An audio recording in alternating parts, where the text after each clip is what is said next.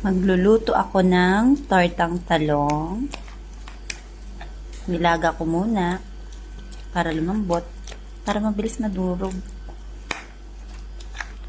At dahil durog na siya, lalagyan na natin yung sibuyas. Sibuyas, siyempre dapat madami para sobrang lasa. Diba? Tapos, lalagyan natin ng bawang para malasa din. At syempre, lalagyan natin ng asin at paminta. Syempre, para magkakalasa yun kung wala yung asin at paminta, diba? Naglagay din tayo ng isang pirasong itlog. At syempre, lalagyan din natin siya ng flour. Yung sakto lang.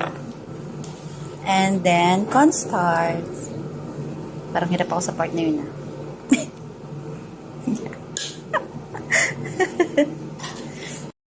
At ayan guys, nahalo na natin siya na maigi.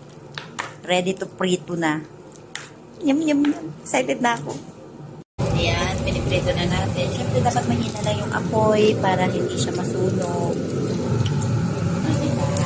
At pantay lang yung kulay. So, mabilis lang siyang maluto. Kahit mahina yung apoy. Ang sarap niya. Natikman ko na yung isa sa sobrang excited ko.